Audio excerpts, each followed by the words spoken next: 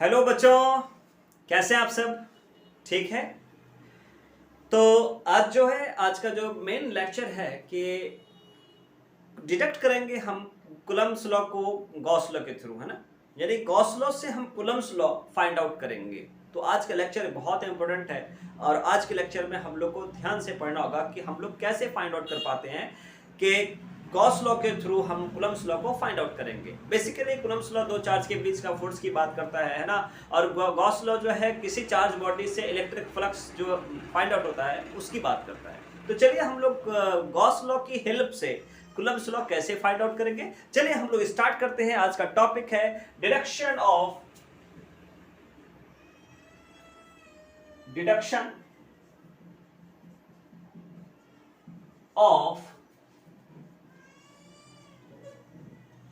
Coulombs law from Gauss law. यानी आज हम जो टॉपिक स्टार्ट करने जा रहे हैं एक खूबसूरत से चैनल पर, फिजिक्स अचीवर पर, जो टॉपिक है deduction of Coulomb's law from Gauss law. तो बेसिकली गॉस लॉ हमारा जो है एक स्फेरिकल बॉडी है। साइंटिस्ट ने यानी गॉस बाबा ने कहा था कि एक स्फेरिकल बॉडी लीजिए और उस बॉडी में कितने चार्जेस है उसके थ्रू हम क्या करते हैं, फ्लक्स निकाल सकते हैं। तो वो हम लोगों ने मालूम चल गए थे कि गॉस लॉ का जो बेसिकली हम लोग को इस चैप्टर में या सॉरी इस टॉपिक में बेसिकली जो गॉस लॉ है इससे डिडक्ट करना है, गॉस साहब से डिडक्ट करना है क्या, कुलम्स लॉ। तो इसका जो फॉर्मूला होता है क्या होता है कि आपका जो फ्लक्स होता है Q inside by epsilon not यानी परमिटिविटी इन फ्री स्पेस। इससे हमको फाइंड आउट क्या करना है, हम लोग को मालूम करना है F Q not by R square. हम मतलब कि गॉस लॉ के हेल्प से, गॉस लॉ की मदद से, इसके हेल्प से हम क्या करेंगे, हमें फाइंड आउट करना है यानी डिडक्ट करना है हम लोग को क्या, हम लोग को कुलम्स लॉ फाइंड आउट करना है यानी फोर्स का formula Q not by R square. चलिए हम लोग स्टार्ट करते हैं कि कैसे कैसे गॉस साहब ने वर्क करना स्टार्ट किया और कैसे कैसे हम लोग को फाइंड आउट करके बताया। ठीक, चलिए हम लोग स्टार्ट करते हैं।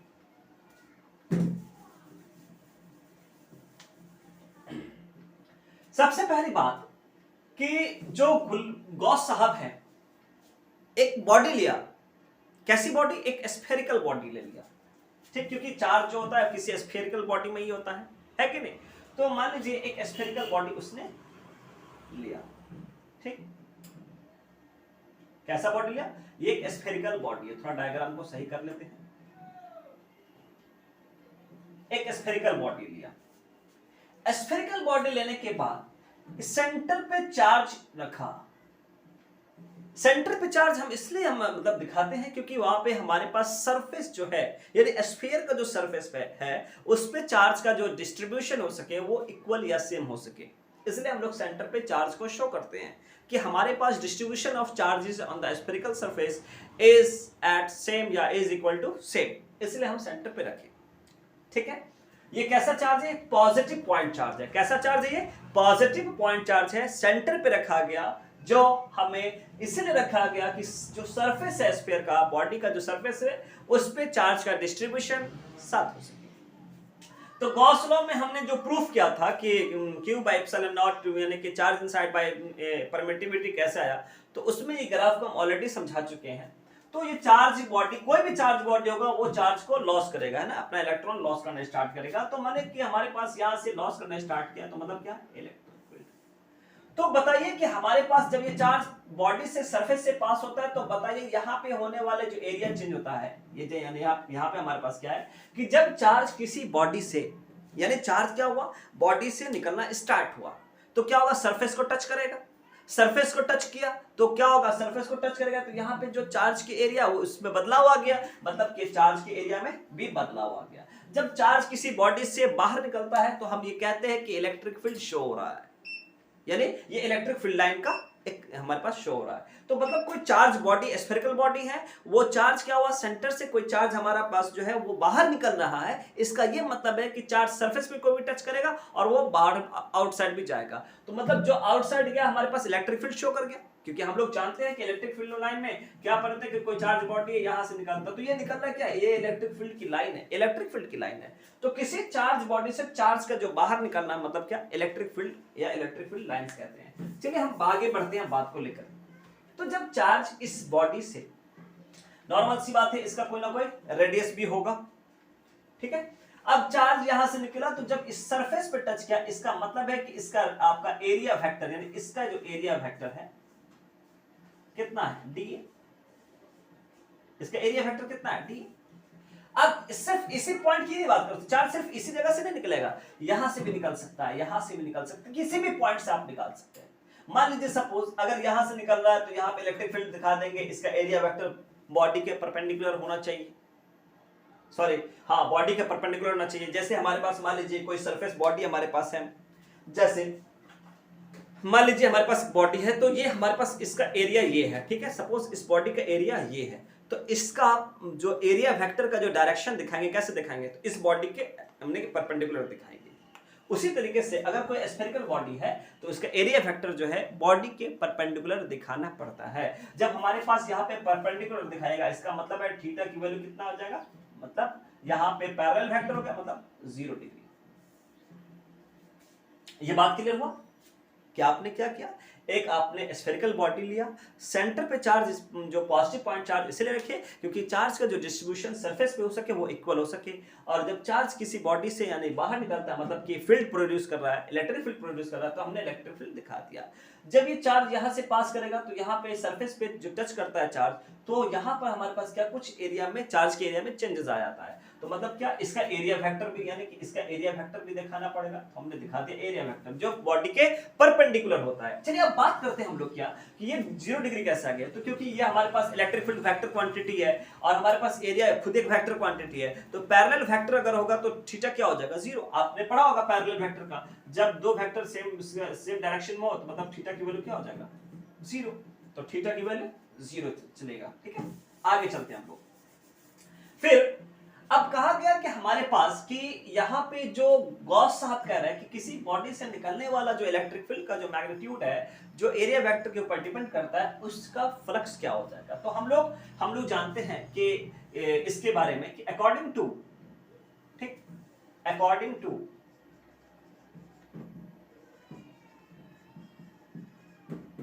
गॉस लॉ, गॉस लॉ के तहत, गॉस लॉ के मुताबिक, गॉस लॉ में आपने क्या पढ़ा, गॉस लॉ में आपने ये पढ़ा कि Q बाई एप्सिलॉन नॉट, आपने पढ़ा होगा, बिल्कुल पढ़े हैं सर।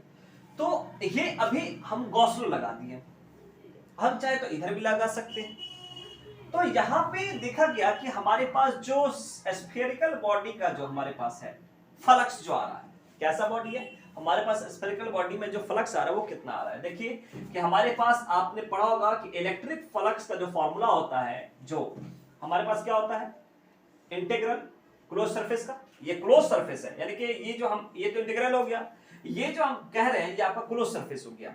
तो आपने क्या किया कि ये क्लोज सरफेस है, a into D A cos theta बराबर Q बाई एप्सिलॉन नॉट, आपने पढ़ा। हाँ सर, यहां तक कोई दिक्कत नहीं। ये आपका जो है फ्लक्स का फॉर्मूला है, जब कोई बॉडी से हमारा इलेक्ट्रिक फील्ड प्रोड्यूस किया जा रहा है तो उसके एरिया वेक्टर में जो बदलाव आता है उसके फ्लक्स का ये फॉर्मूला है, A D A cos theta. चलिए हम बात आगे करते हैं कि if theta equal to 90, sorry if theta equal to 0 degree है ना, तो हम क्या करेंगे, थीटा की जगह पुट करें तो cos 0 क्या हो जाएगा, 1 हो जाएगा। तो हमारे पास फिर क्या हो गया,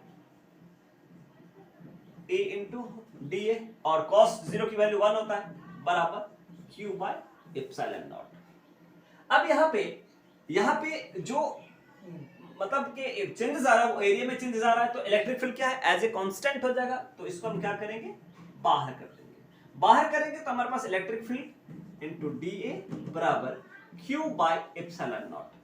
अब यहाँ पे देखा गया कि जो हमारे पास जो एरिया वेक्टर है, जो हमारे पास एरिया वेक्टर है, चाहे इसका ले लीजिए चाहे इसका ले लीजिए, तो बॉडी कैसा हमारे पास एक स्फेरिकल बॉडी है।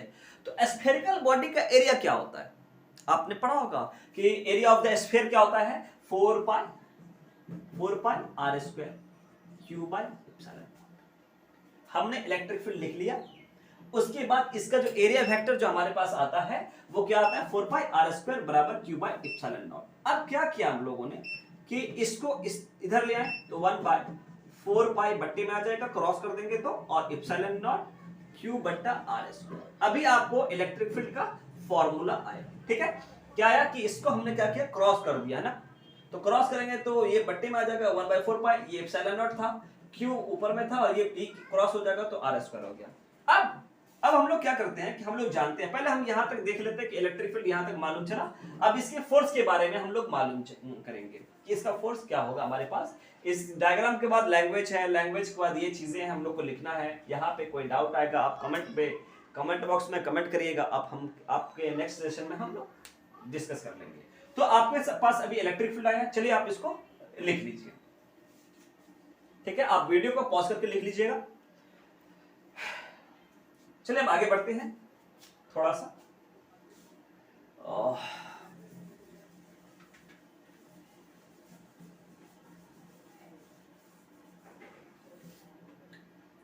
अब यहां पे देखा गया कि इलेक्ट्रिक फील्ड का क्या गया 1 by 4 pi epsilon not Q by R square.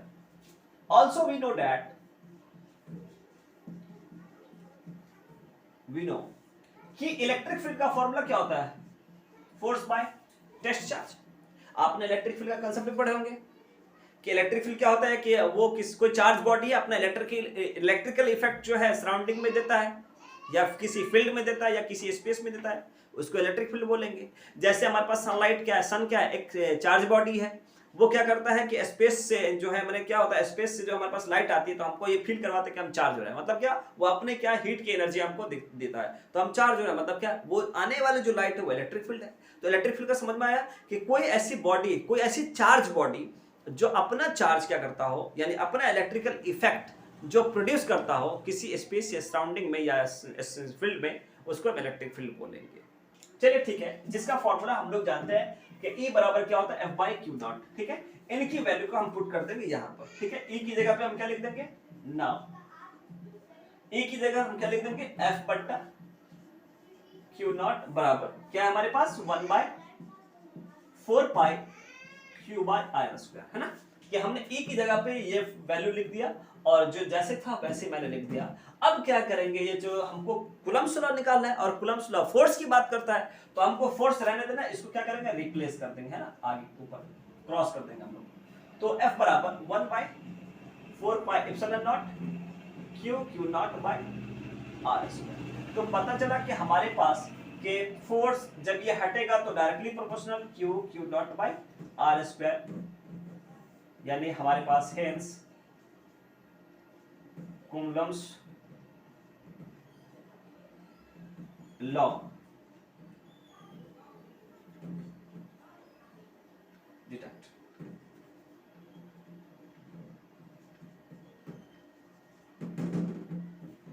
तो हमारे हम लोग के लिए जो टॉपिक, ये बोर्ड लेवल के लिए बहुत हॉट टॉपिक है। ये जो 5 मार्क्स में आया हुआ क्वेश्चन है कि state Gauss law and also we also find out the deduction of Coulomb's law from Gauss law.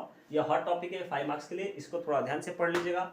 इसके मतलब जो है लैंग्वेज को आप लिख लीजिएगा, लेट अस कंसीडर जो है पॉजिटिव पॉइंट चार्ज, जो भी है लैंग्वेज लिख लीजिएगा। तो इन चीज़ों को आप में कहीं पे डाउट है आप अपने कमेंट बॉक्स में कमेंट कर दीजिए, हम जरूर इस चीज़ को हम नेक्स्ट लेक्चर में जरूर देखेंगे, ठीक है। चलिए आप इसको लिख लीजिए।